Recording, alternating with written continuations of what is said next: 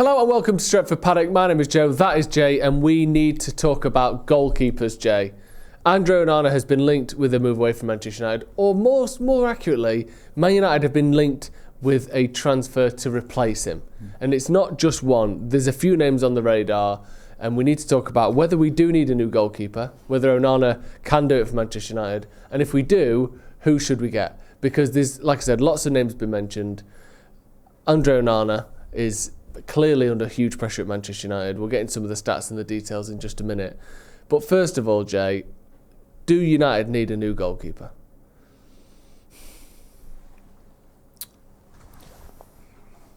Yes. I think we do. And I'll give you a reason why. Because a lot of people will already be in the comments now saying, Jay, that's almost contradictory to what you said yesterday, where you were like, we might not need a new goalkeeper. And there is an element of, you ask me a different day, you'll get a different answer. But I've been thinking about this a lot. I've been looking at the transfers we're potentially going to do. We've got Matheus Cunha. It looks like there's something happening with Brian and Bomo that's going to be done at some point during this window. There's talk of us getting another midfielder in and potentially a striker as well. Another Vitsi Gyökeres. Rumours aren't going away. If you do all that, I think you've got a decent defence, especially when everyone's fit. Have you got a goalkeeper that fits in this team, that does this team justice? I'm not sure. And more to the point, with Onana, even if, because I like Onana to a certain extent, but he has got one in him. But even if he's, even if you're not sure, whatever, you're 50-50 with him, which I am a little bit. He hasn't got any competition because I think Ole Bayern just. He isn't going to take that number one spot. Every time he's come into the United side, he's made a mistake. Even at the Emirates where he had a good game, I think he made a mistake during that game, although he ultimately had a good game and saved, a penalty. But, I think it was 2 penalties in the end, wasn't it? But when I look at the options United have got, you've got Onana, you've got Bayern who's not going to get him. Tommy Eaton, who I like, again, but he's not going to play for Manchester United first team, is he? I think he's barely played since he's been here, or since he's returned. He's just had, friendly games and maybe the odd game here or there, but he's not an option, really.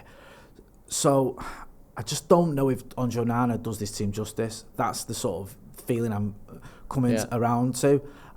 I think there is a nervousness around with the defence around him as well, where they don't look like they trust him completely. You don't see the level of communication there. You see players like making clearances in front of him, so he's either not communicating with them or they're just ignoring him. Do you understand what I mean by that? So I just wonder. You made a great point the other day. Me and you were chatting, and you said, and I said, we're buying all these players, and is Onana good enough? It's like, you said it's like fixing your house and having a brand new house, and yet your door being made out of bin bags. If you're going to make these signings, if you're going to have a team that you think is actually good enough to challenge for the top four, is Onana good enough? And I'm not so sure. I don't know. The main reason I've always said, I know this is a really long-winded answer, so I'm not going quickly. The main reason I've always thought, one of the main reasons this season, is that we won't get a new goalkeeper in, is because I think we've got other areas we need to address that are probably more of a priority. However, I do think we can have our cake and eat it. I do think there's a way to bring in the players we need to bring in and replace the goalkeeper. And if that is the case, if there is a way of doing that, I think we should. The only reason I wouldn't replace Andre Onana is if there isn't a goalkeeper out there who can come in who is better than Andre Onana and is gettable for Manchester United. And I certainly wouldn't make the decision to say not get Brian Mbeumo and go and spend loads of money on a goalkeeper. I wouldn't advocate for that. But if you can get Mbeumo in, if you can get, obviously you've already got Cunha, if you can get some of the other players you need and you can get a goalkeeper, then I think that you probably should look at that.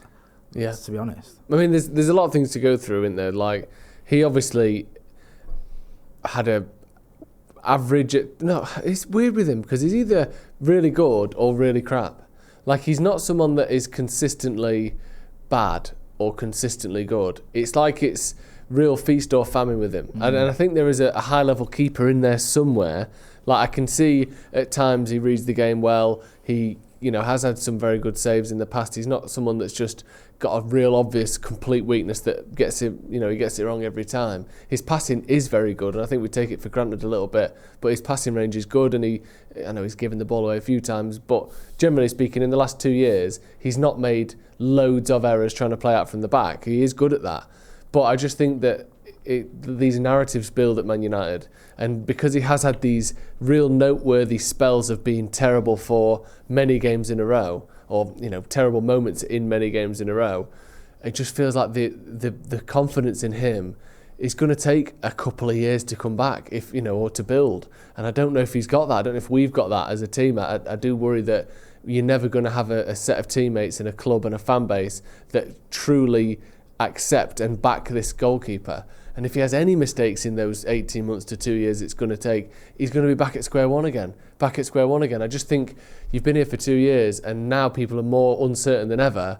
I think that's almost impossible to overcome, especially as a keeper. It's different in other positions. You score 10 goals in your first 10 games, everyone's forgot about the last 2 years if you're Rasmus Højlund or if you're any attacker. But as a keeper, you can have a really good 15-game spell, which he did at the start of this season. We literally did a video about how good he'd kiss been. the death on it. And then after that, he had a 15-game spell where it was terrible, and that took us right back to square one. And I just don't think he's going to overcome that. And I know I'm a broken record when I talk about the crowd and the crowd reactions, and it isn't always just about that. But I do see a lot of that firsthand, and I do think it has an effect. You can sense it with the crowd. Yeah. There's a nervousness there, and I think that translates through to the players as well. There's just the whole team seems slightly nervous around him. Now, I would love it if we don't sign a keeper. I would love it if Onana shows us the player that we've seen at Manchester United in spells. Shows us the player that we saw in that Champions League final against City, where I thought he played very well for Inter Milan and was a bit unlucky to be on the losing side. I'd love to see that. I'm beginning to lose faith that I will. And you make a good point. His second season now. He's had his 2 seasons, sorry. It's his 3rd season now. Yeah. Usually by now, it's time to make a decision in it. And we've got a player here, or we haven't. Yeah. And I think with Onana, see with someone like Mason Mount, for example, because he's had 2 seasons.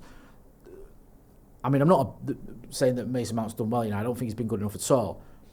The one saving grace for Mason Mount is he could argue he's been injured for a lot of it. So he's not played as many games as he should have done. No. He's not been able to put a run together. We've not seen him properly. Yeah, that would be, if I was sort of pro Mason Mount trying to defend him, that would be my case. I'd say, well, have we seen the real Mason Mount yet? No. With Onana, he's played almost every game. He's played 100 games or whatever. Yeah. He's not been injured. He's not been missing. He's played. He's just played badly in too many of those games. And I wonder, going into his 3rd season, is he going to turn it around? And I said this to you when we were it wasn't even the preview. I think it was weeks before the preview of the Europa League game. We were getting the impression from the journalists we spoke to and the reports we saw that Ruben Amorim didn't see changing the goalkeeper as a priority. And I said the only way I see that changing, one game can change that, and that could be the Europa League final. If he costs you the final, your mindset can change. We saw Ten Hag do the same thing with De Gea and the FA Cup. That seemed to push him over the edge. We went, I can't have this keeper again for another season. Now with Onana, it was a bit of a weird one because when I look at that goal. Which goal are we talking about here? Sorry, forgive me. The Europa League final goal. Yeah. It's not. I wouldn't point my finger at Onana and go, "That's on you," but he doesn't cover himself in glory, and I do feel like there's just the air of calamity around him, even when it's not even him doing it. It just sort of feeds into this narrative that it's just all a bit chaotic with him in goal. Yeah. And I just wonder whether Amorim's looking at it and going, because that can be the sort of game where you go, Jesus, well, that's just cost me Champions League football. That's piled more pressure on me for next season. That means I haven't won a trophy in my 1st season. And all right, it's not just on him, but he's been a part of it. Can I trust him? So I do wonder whether Ruben Amorim is having those conversations with the likes of Jason Wilcox, with the likes of Barado, with his coaching staff, and going, is there a keeper out there we can get that we can afford that isn't going to stop me buying a striker if I want one, or another number 10 who can replace Andre Onana, or at least challenge him for that number 1 spot? Because if you brought in a keeper for, say, 20, 30 million quid, you'd have to make some sales before that. But if you did that, that doesn't necessarily guarantee that keeper's coming in and straight away in the 1st team. He might be someone who, there's a conversation there. You can go to Onana, look, you're still number 1, but just be aware of the fact that if you aren't performing, if you're not the player we thought you were going to be, then we're gonna look at other options. We saw it, didn't we, with De Gea and Henderson for a little spell. We saw it. People forget this. We saw it with De Gea and Anders Lindegaard. I remember when Fergie was like veering towards Lindegaard. It can happen. I mean, I know post Schmeichel, pre Van der Sar went for a lot of goalkeepers. Tim Howard, Carroll, Baez, Tahibi, loads. But there has been spells where you've had two keepers at Manchester United, and it's been almost like, okay, which one? And then you make a decision. And maybe we need to get to that point, because no disrespect to Bayern Day, and he seems like a nice guy, but that's not going to help us in terms of goalkeeping, is it? No. Well, let's look at some of the options then. So one of the big names, and probably the most, well, there's two, I think, but Donnarumma and Emi Martinez. Donnarumma seems a bit more of a far-fetched one, but there has been links, and we'll talk about that. Yeah. Emi Martinez seems a bit more realistic, a bit more sort of, I put a bit more weight in some of those rumours. He's up for leaving Villa by the sounds of things. He was sort of waving goodbye to them. I know he's still got a bit of time left on his contract, but it seems like it's one of those sort of semi-gentleman's agreement type thing that they might be willing to let him leave now. What do you make of him? He's 32 years old. He's someone that is, he's a good goalkeeper, obviously. His stocks rose massively during that World Cup run, and I think people loved some of his antics after the game. People liked him as a character. Do you think he works as Manchester United's goalkeeper? I don't know if that's enough of a safe pair of hands, pardon the pun. Yeah. Martinez, if you ask me a binary question, is Martinez a better goalkeeper than Andre Onana? I'd say yes, he is. But is it enough of a step up, or is it another gamble? Because he's got one in him, Martinez. He can be erratic. And it's not like he's the only choice. There are other goalkeepers, which I know you're going to get into, which we can look at. And I think maybe we should be. Because Martinez does worry me a lot. Whenever I've watched Villa and I've got some sort of vested interest in it, like, they're playing City or whatever, and you're, Chelsea, or anyone you'd like, you think, oh, it'd be good if Villa won this. I notice, and you think, he does some things, you think, what are you doing? Yeah. Even at Old Trafford, we saw it. I mentioned that was absurd what he did, yeah. I mentioned this in my news the other day when I was covering the story about us being linked with him. The one thing he shouldn't have done is what he did. If he stays on his line, if he tries to just sort of push Rasmus Højlund out wide, if he just tries to sort of just close him down, fine. The one thing you don't want him to do is flying into him and wipe him out and get a red card. Yeah. And basically cost your team Champions League football. Like they went out of 10 men. I mean, they almost won it with 10 men at one point. Maybe I think a draw would have got them Champions League football in the end. That cost them the game. Yeah. I don't think they lose that game if they've got 11 men. And it was just completely unnecessary. Yeah. And he's 32 years old. He's not a kid. He should have more experience. Yes, he can produce some fantastic saves. We've seen that from Martinez. We saw it in the World Cup final. He got the save of the season, didn't he? That one where he's sort of falling backwards, clawing off the line. It's an amazing save. Yeah. But that's not, day by day, what you really necessarily need from a United goalkeeper. I said this a few months ago when we were first linked with him. And I said, he's a bit too erratic. He's a bit too like that if you look at his form. Yeah. If you look at it on the whole, it's probably like, his average is probably around a 7 or whatever, but there's 2s and 1s and 10s in there. People go, well, he's never that bad. He's never a 2 or 1. And I'm looking back on some of his ratings, and there's some games where the Villa fans have literally, or whoever's giving the rating, was giving him 1 out of 10. Yeah. Not very often, but like, I think there was a game in Stamford Bridge in particular where he was terrible. I think he was at fault for 2 goals, if memory serves. Like, he's got that in him, and then he's got the ability in certain games to be just almost unplayable. I think if you're going to replace Andre Onana, it'd be nice to have someone that maybe isn't mental. Yeah. Well, I think I almost, and I mean this in the best way possible, I think for someone like Van der Sar, who was, as a keeper, boring. Because he didn't really do anything crazy.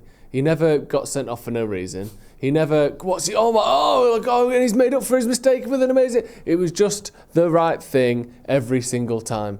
No mistakes. I mean, he obviously made some mistakes for United. I can count them one hand. Yeah, but it was never stupid. It was never erratic. It was never unpredictable. And that's what United need, especially with how unpredictable everything else is. We just need a keeper, and obviously Van der Sar would be amazing, but they don't even need to be as good a shot stopper as him, as good a leader as him, as good a presence as him, but just have some of that assuredness. Are you going to get a 7.5 every week? You're never going to get a 10, although with Van der Sar you would, but you're never going to get a 10, but you're never getting a 2. It's never going through the legs. It's never, I palmed it onto their player and when I should have just caught it. It's just the right thing most of the time. I'd take that right now. Honestly, I'd snap your hand off for just a more consistent, just like controlled goalkeeper. Because by the end, De Gea was the same. Coming out against Sevilla, miscontrolling it, falling over. It became a circus. It was comical, that Sevilla game, wasn't it? Yeah. It was. And like you said, the FA Cup final, there was other games with De Gea. The first 3 or 4 years, or maybe even 5 years, you could count mistakes on one hand, similar to Van der Sar. Yeah, it was amazing. And towards the end of the season, you could, month by month, you struggle to count the mistakes on one hand, especially in big games. I don't want to be too harsh on him, because there's a lot of things to like about David De Gea. But after 2018, I don't think he was the same goalkeeper, and the mistakes piled up, especially in cup competitions and big games where it was decisive games. And you just need someone who's a little bit more boring. Like, I think boring's a good way to describe it. Let's have a look at the other guy I mentioned before. We've got others to go through as well. But Donnarumma, obviously huge name goalkeeper, just won the treble, I think, with PSG. I think they did win the treble. Yeah, I think so. Some outstanding performances on that run as well. Some of the games against Arsenal, he was fantastic, putting some great saves against Villa as well. He's someone that over the years, though, has had some ups and downs. But again, he was starting first team for AC Milan when he was, 17? Like, he was this sort of child prodigy. This deal to me seems a little bit agent talk. He's trying to get a new deal at PSG. Yeah, 100%. But there were some rumours in L'Équipe that he might be willing to step away from PSG if they can't match what he wants from a contract, and that United and City had both shown some interest. Would you be up for him if that was remotely possible, or do you just think, what's the point in entertaining this? It's never going to happen. I get why you're asking it, because it's worth asking, because we've been linked with him. I've had it in my news twice. Yeah. But I literally had it the first time I had it in my news, I said, of all the things that isn't going to happen, this isn't going to happen the most. Yeah. And then the next day I had it because I think it was Florian Plettenberg, who's a friend of the channel, was reporting that he was close to agreeing a new contract with PSG. Yeah. It felt like Sergio Ramos at Real Madrid. I've always loved United. I'd love to go there. If I don't get a new contract, I might end up there. Oh, I've got a new contract, I'll sign it. Yeah. It felt like that to me. I just cannot see Donnarumma coming to Manchester United at this stage in his career. Maybe one day, and I think United are a bigger club than PSG. Have we got as good a team as PSG? Obviously not. We're not even barely in the same stratosphere at the minute. But I don't see this. It might happen one day. It will not. I don't see it happening now. I just think that he's not going to come to Manchester United. He isn't. I don't think United would be able to give him the money it would take to entice him, because we don't pay those silly wages anymore, and we'd have to put him on 500k a week or something to make him want to leave Paris, in my opinion. Yeah. And I don't see it happening. No, I don't see it happening either. There's a couple of the names. Mike Maignan one of them. He's not really been linked with United, but he is available. He looked like he might be going to Chelsea for a bit, but I think they wanted to pay like 5 million, and AC wanted between 10 and 15 million. He's an interesting goalkeeper. He's one of those others where I think he physically is less sort of unpredictable than Onana. He's got a more traditional style about him, which I think will probably help him in terms of that instant public perception, because Onana's got a unusual kind of gait and movement to him, which I think people were always going to struggle to overcome. But Maignan is another guy who, again, seems to have ups and downs. I think a lot of keepers do these days. I think with the expanded sort of remit of what a goalie is, Yeah. I feel as though the margin for error has got a lot bigger. I feel as though keepers make more mistakes than they used to. Back in the olden days, you would have keepers like Van der Sars, like, David Seamans, or even, Jens Lehmanns, Jens Lehmann would make a couple of high-profile mistakes a season. Now, even the top keepers are making 6 or 7 Edison's a season. got one in him. Edison makes 6 or 7 mistakes a season. I remember Ronnie pointing this out, and it wasn't until he did that I started noticing it more. And I was like, actually, he does do a lot of stuff and that's a bit daft. I think goalkeeping has just changed. If you want a goalie that is 3/4 of the way to a midfielder in terms of their ball playing ability, you can't have a David De Gea 2015 shot stopper. And if you do, you've got maybe Alisson, who is probably the best keeper in the world. I think Alisson is probably the one who ticks all the boxes. Yeah, and even this season, maybe he's not been quite his best, but he's had injuries. But to get those sorts of keepers is going to be almost impossible these days, because they have to do so much. And we're kind of seeing the first generation of keepers expected to do this massive amount. Maybe in 20 years, they'll have been born knowing this is the expectation. It'll all be different. But at the minute, I feel as though someone like a Mike Maignan or a Emiliano Martinez or whoever, are you accepting to a certain degree that there are going to be more mistakes with keepers these days? Is that something we kind of have to just understand with the territory, or do you expect a goalie that will make 1 or 2 mistakes a season at most? I think you can have a goalkeeper who isn't error prone or doesn't make loads of mistakes. I don't think we should just dismiss. I know you're not doing it, but I don't think we should just say, well, this is it. This is the nature of the beast now in modern football. Keepers are like, Manuel Neuer or whatever changed the face of what goalkeepers are. They're like sweepers. They have to play out and all this, and they can get caught out more. Plus, teams attack more than they've ever attacked. We're seeing more goals across, games especially quicker, games quicker. intense, certainly in the Premier League, we're seeing more. There's more penalties and stuff because of VAR. It's just harder to be a goalkeeper. I understand all those arguments, but I think you can have your cake and eat it when it comes to goalkeepers. You can have a good shot stopper who's decent with his feet. He might not be the best keeper in the world, but you can be someone who's relatively reliable. Who would you pick as an example of that? Maybe someone like David Raya at Arsenal? David Raya at Arsenal, yeah. He's pretty reliable, isn't he? Yeah. I don't think anyone would sit here and argue David Raya is the best goalkeeper in the Premier League or in Europe, or he's the player that Arsenal is so lucky to have. But he does the job. And it was quite funny because when Arteta had Aaron Ramsdale, there was Arsenal fans who used to rave about Ramsdale and I can't believe he's human. And just when he just saved a shot that was like near his head, and you went, well, I can, because he's just done something that any goalkeeper who's awake should be able to do. And yet when he replaced him, a lot of people going, well, this is interesting because I thought Ramsdale was all right. Maybe they're going to swap, and I think Arteta at one point was sort of indicating, we can always rotate or whatever. I think two number ones. Yeah, which is obviously drivel.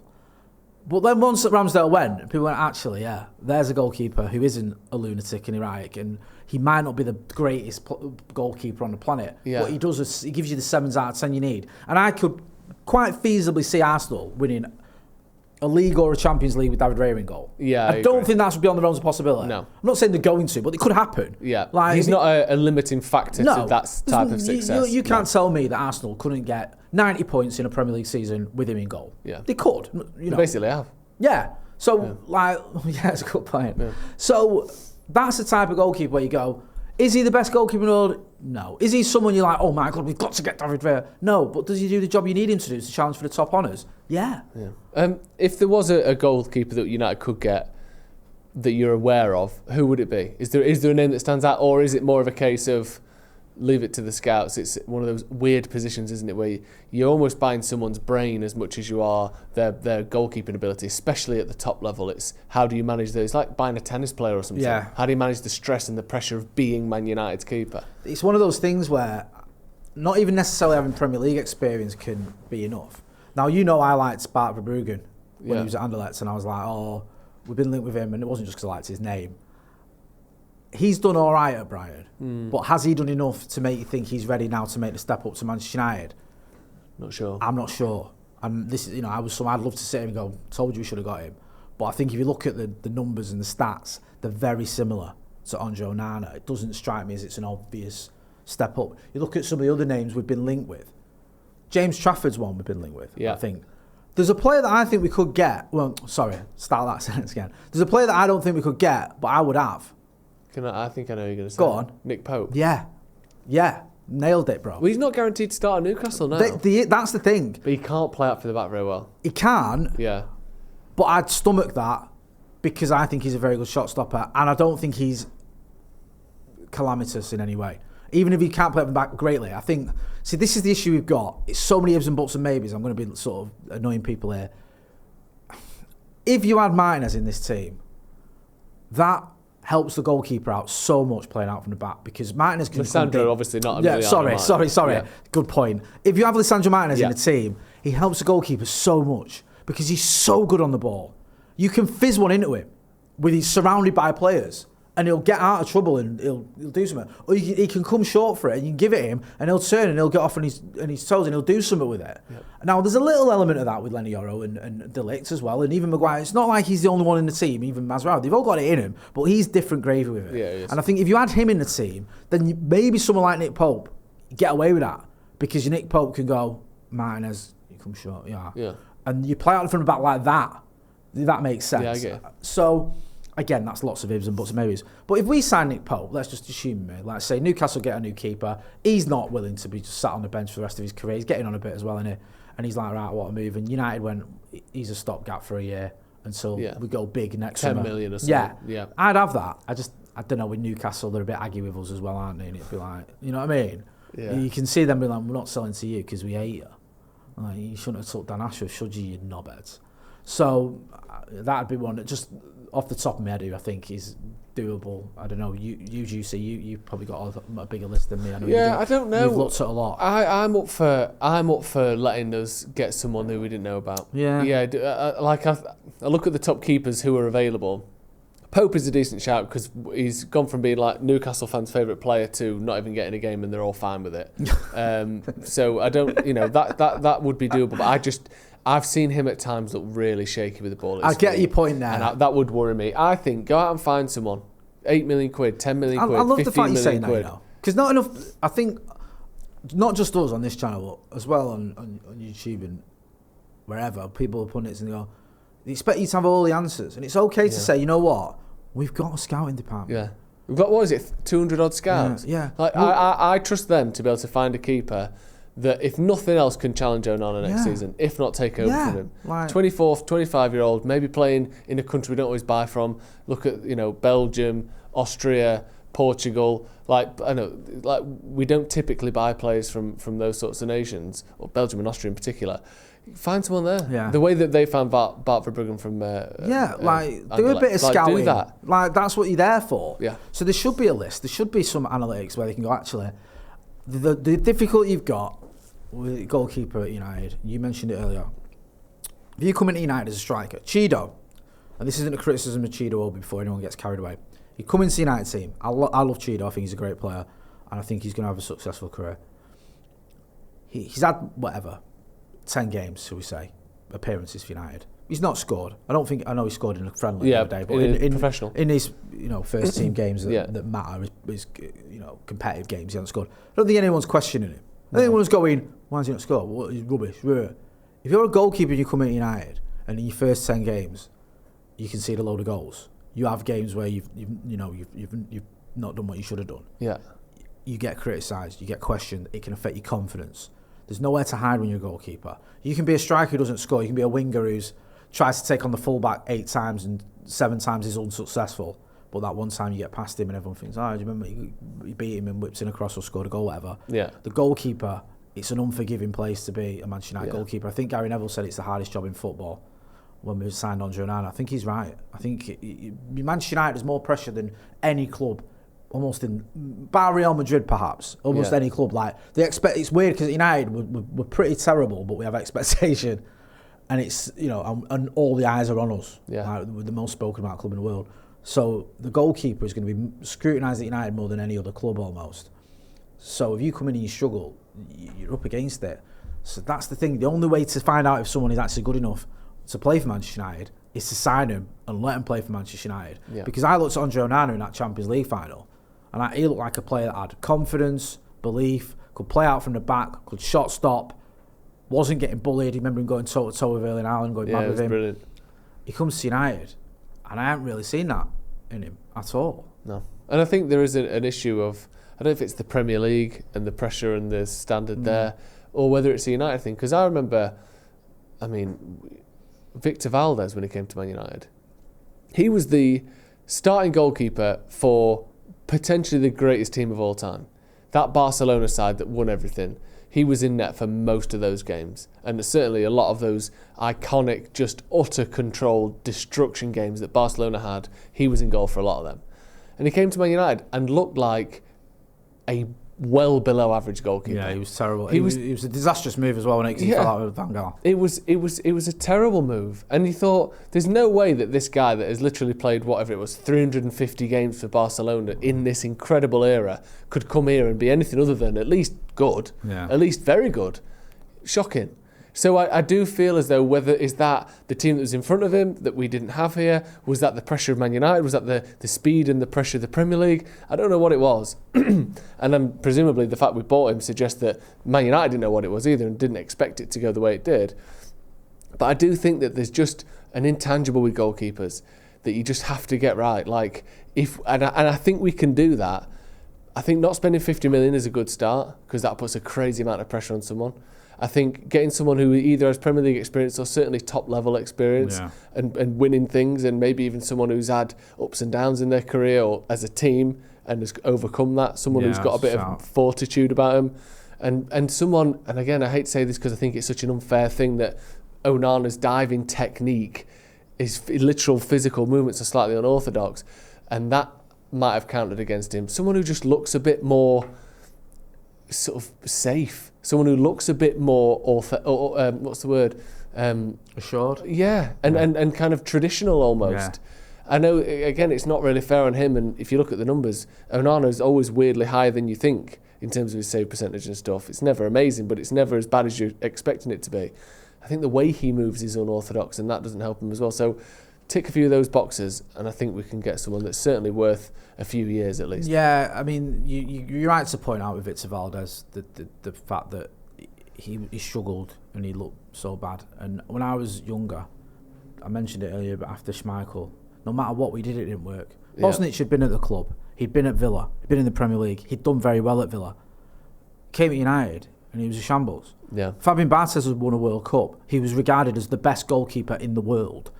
And he came to United, I know he won a title, but he was all over the gaff. Yeah, it was. He was a bit silly as well, wasn't it? He was doing all sorts. You're like, what are you doing? Yeah. Stop that. You look at someone like Tim Howard, for example. He was all right, but he wasn't good enough. Goes to Everton, and does pretty well. Yeah. But just wasn't the levels that you need from... It was like whatever we did. Yeah. You know, we tried a younger goalkeeper, we tried an experienced goalkeeper, we tried the superstar goalkeeper.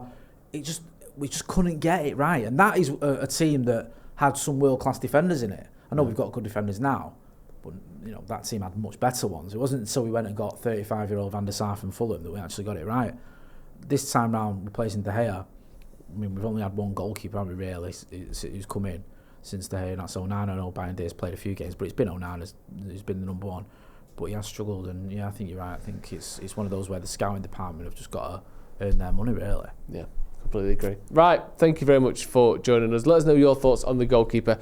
With a settled back four or back five, could Onana be the right guy, or do United need to sign someone one way or another, find the money from somewhere to replace him this summer? Thank you, Jay, as always. Thank you for joining us at home. We'll see you in a bit.